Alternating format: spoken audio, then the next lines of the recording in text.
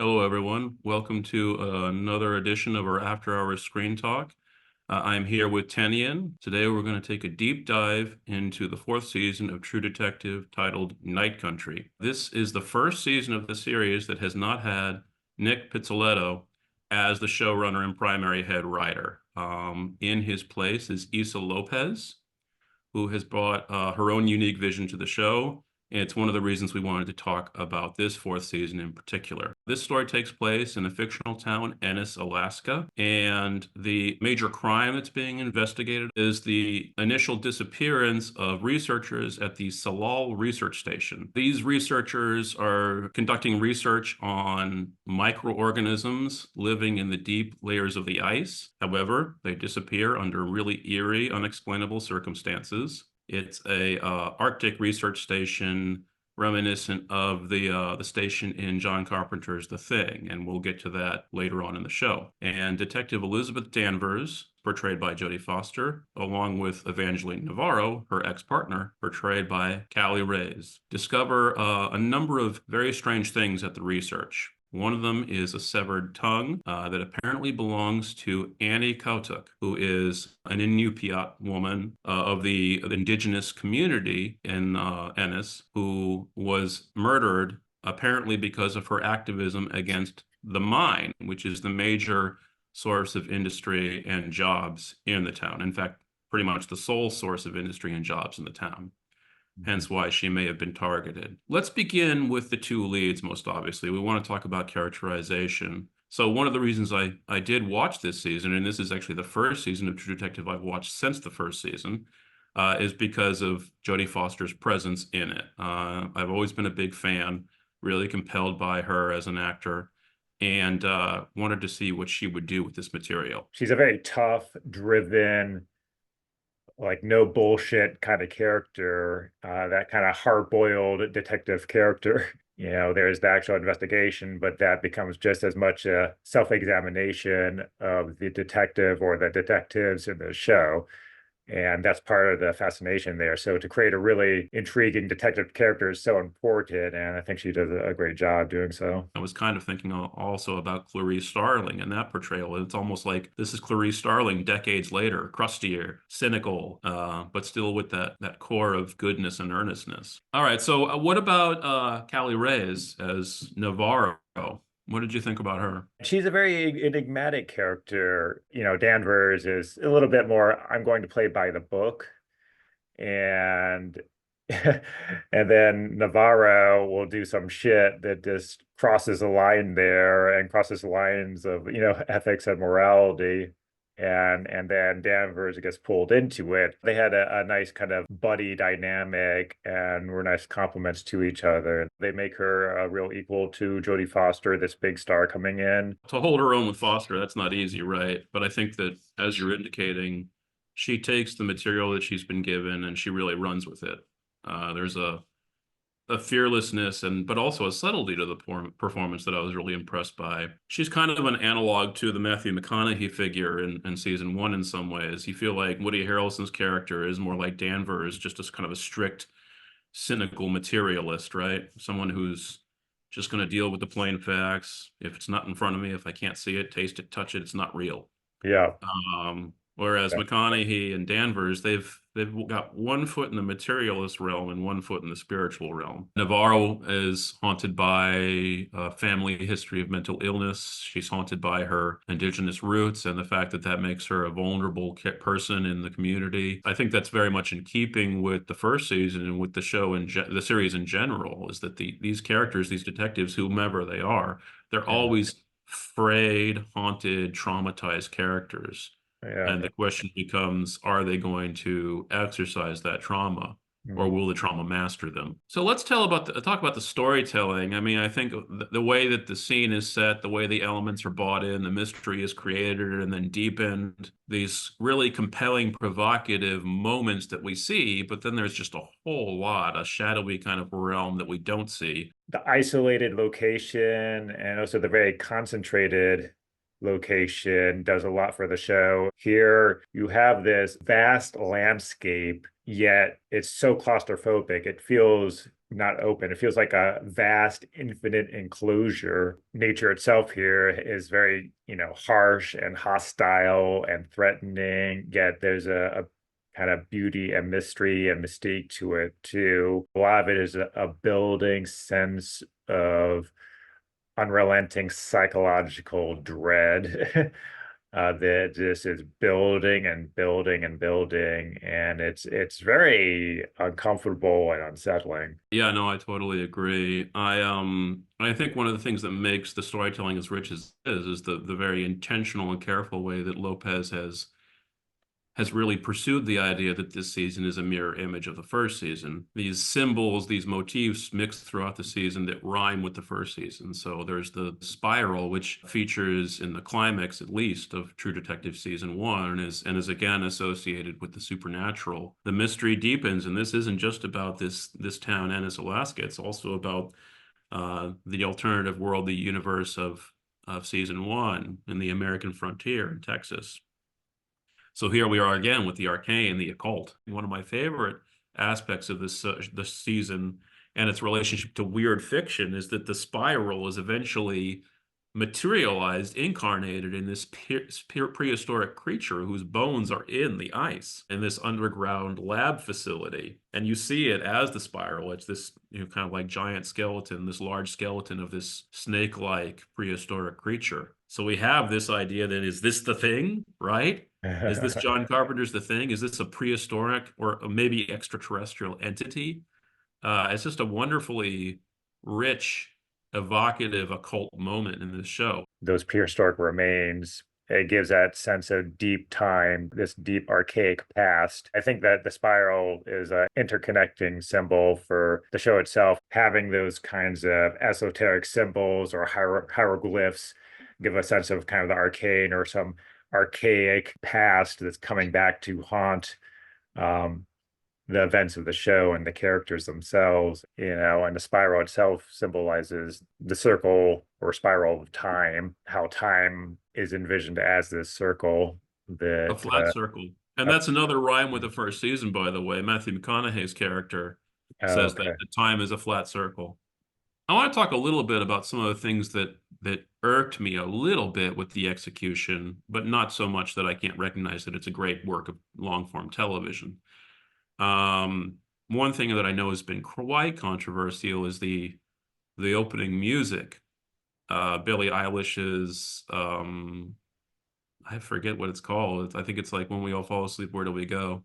It's a very trendy piece of pop music that at this point had already been used in the promos and even the opening music for a number of other shows. So it felt trendy and derivative in a way that bothered me. I always skipped over the opening, and I wasn't a fan of the song choice. I think another thing we also had mentioned was a little questionable CGI at times, like with the CGI reindeer animals that were a little distracting in a show that was otherwise pretty stark and grounded and gritty. Yeah. I totally agree. Those few moments of CGI consistently take me right out of the immersiveness of the world. The reindeer running, I think the idea is great. The execution is muddied for me by the CGI because it just looks fake. And it Yeah. looks fake in a way that isn't creepy. It looks fake in a way that's just fake. Those moments are mercifully few in the series, so they don't ruin things for me. But they are weaknesses for sure. Some of the effects were pretty good, and particularly Issa Lopez being a fan of The Thing. I mean, she makes some good use of practical effects. I mean, one of the most memorable ones, I think, probably not just for me, for a lot of people who watch this show, was when the Salal researchers were found frozen, and the way they look like a version of The Thing, this hybrid body glued together. With arms and limbs and head sticking out. That was horrifying, man. When one guy wakes up, Breaks his arm right arm breaks off. his arm right off. And he starts screaming and coming alive. Oh my God, that was horrifying, horrifying stuff. So And again, just practical effects. It's the single scariest, yeah, weirdest thing in this season. I was thinking about nature here and the way it's represented is represented very hostile and ugly and harsh. That sense of unforgiving nature is really manifested when you see the research team, frozen in ice. Like they are not integrated with nature at all. They're screaming. They have this rictus, death-like rictus on their face. Yeah.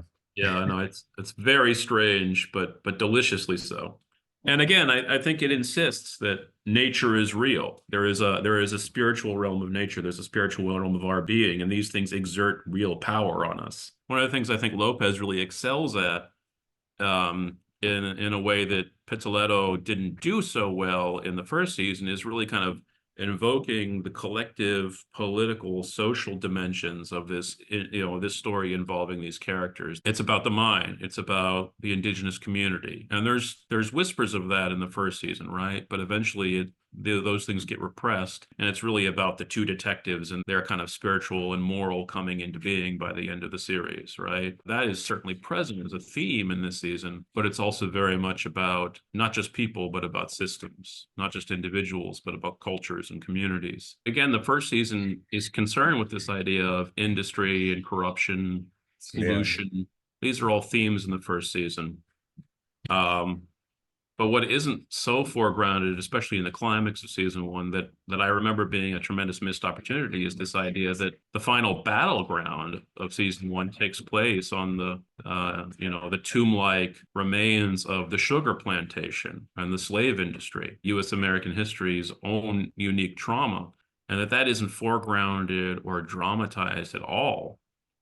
And you compare that here, where you have eventually we have the idea of the indigenous community and the fact that they're marginalized and being preyed upon by this colonial capitalist enterprise that comes to the center and gets pushed into our faces, very consistently. And of course, the climax of the show, where all is revealed, affirms that just about as strongly as it can be affirmed. The tour de force for the show, for me, is the film's climax, where the mystery is revealed and we realize who the killers are. Big spoiler alert, people, if you haven't seen the whole series. But it turns out that the men at the Salal Research Center have been driven out into the cold to their deaths by indigenous women who were operating as cleaners and service people at the research station. They they discover evidence of the underground research facility, and they discover that these men are responsible for the death of Annie Kotuk. They take matters into their own hands, and they raid the station armed. They pile the men into a vehicle. They drive them out into the wilderness, the freezing wilderness. They make them strip and they send them out in there. And they leave their clothes folded, and they leave it up to the spirits, specifically the spirit of Annie Kotuk. Will she take them? Will she let them live? But it's just such a powerful moment for me that this, the ringleader of this affair tells the story herself. She becomes the narrator, the historian in this moment, in this climax, tells the story of what really happened. Uh, and she and the other women come to the center of this narrative, uh, the true movers and shakers, the ones who haven't been seen all along. And why have they not been seen? Because they're not supposed to be seen. They're supposed Yeah. to be invisible. The maids, the service people, the cooks, Yeah. the women who come in who are intended as invisible, who are not supposed to have any meaningful role to play in this grand U.S. American narrative of progress and scientific achievement. And yet here they are. Yeah, and so this show is really raising questions around morality and ethics in particular contexts and situations where, yeah, you are a disenfranchised person. What do you do to advocate for yourself? And when the very institutions and organizations around you are suppressing your very identity and voice and saying, shut up, literally, cutting one of their tongues out, there's no sense of greater purpose or meaning really at the end of the fourth season, in terms of a moral victory. Yeah. At least the way Well, I saw it. yeah, I would disagree with that, but Oh, not okay. strongly disagree with it because like I Okay. can see why you what aspects of the show are leading you in that direction. When I'm seeing this and hearing this, I'm like, well, this is vigilante justice. This is brutal. This answers a different kind of need, a different kind of primeval desire than justice, right? It's, justice has a kind of different valence to it. And I think one of the conclusions you could come to is that justice is the purview of the colonial establishment, and that's precisely why the women have no recourse to it, right? Yeah. What they do have recourse to is this idea of a kind of primeval, arcane sense of balance, of fairness, if not justice, Hmm. that these men will answer for what they've done, and that who gets to decide that? Annie herself. The spirits will decide that. They won't decide that. So they don't shoot the men, right? They Yeah. could have. They send Yeah. them out into the wilderness. Let's let the Furies decide, or the equivalent of the Furies, right?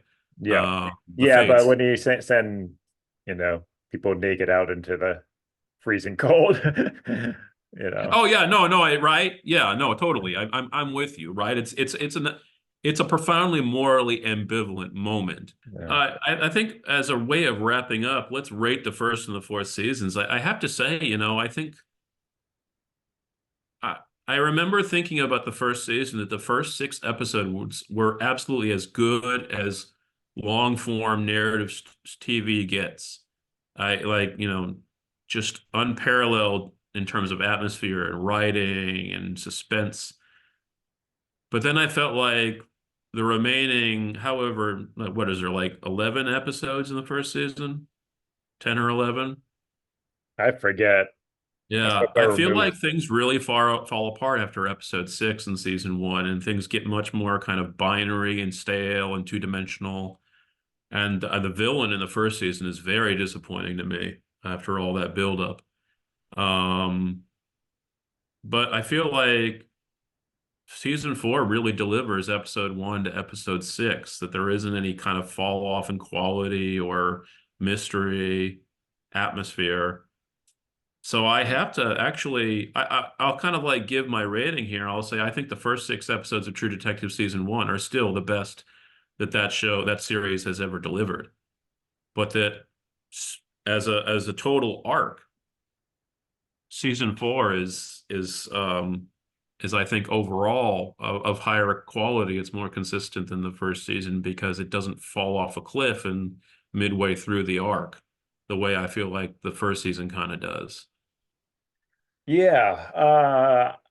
I had the same reaction to the first season. I loved like two-thirds of it, and then I thought it oversimplified the explanations at the end. I think in both first season and fourth season, like a really good detective duo in both of them. I think in that first season, for me, it's hard to top those two characters of Woody Harrelson and Matthew McConaughey. Hey, and they're dynamic, and I think too the fourth season is a lot of its interest too is by referencing, alluding to the first season to really expand and develop its larger mythos. And so I think, it's doing its own thing, but it also, I think credits a lot of the first season to a lot of the creative choices it makes. And I don't think we would have got a season four like that without that first season setting kind of a template, for that fourth season. So I think, I'd have to go with the season one as still the best one for me. I think we basically agree then because, like I said, the first six episodes of season one, that's as good as the show has ever been. Yeah. Like, the fourth season isn't as good as those first six episodes. Yeah. The caveat though is that if season one had ended at six episodes, right, and wrapped up satisfyingly, it would be a different story, right? For Yeah. me, I agree with you, but I will say that I think this is the most consistent season with the most satisfying wrap up. One of the things the season one has that this season really clearly doesn't have is that there are moments of real humor. Um, even as dark and as nihilistic as the first season frequently is, it's like the dynamic between Woody Harrelson and McConaughey is just frequently hilarious. Yeah, Uh, and just laugh out loud funny. So there's yeah. a kind of macabre humor in the first season that this one doesn't have at all. There are really no moments of levity that really land in this season, and I can't even really think about whether I can't remember any Yeah. attempts at that, right? It's Um, unrelentingly grim. I mean, I will say I thought that Foster's Danvers does become kind of comical at a certain point because it becomes increasingly clear that this kind of ethnophobic, politically incorrect front that she has is clearly just a front. That she's trying to like stave off the vulnerability and the complicity she feels because the anti-Celtic mystery was never solved, the murder was never solved, and she's still. Yeah, well, there's that scene at the end when they're hanging out at the Sloan Research Center and she's eating chips and opening up a bottle of wine. And that's that a clear resemblance to the ending of The Thing again, right? I mean, that is clearly such an important source text for this season. Yeah, yeah. Yeah. So yeah, it's good TV. That first episode really, drew me into the overall mystery and investigation and kept me hooked. This has been our After Hours Screen Talk, True Detective Season 4. If you're a fan of crime fiction, if you like weird fiction, you're a fan of horror, fan of supernatural stories, if you like strong female characters, if you like layered storytelling, man, this series this season has it all. It really does. It was a blast to watch.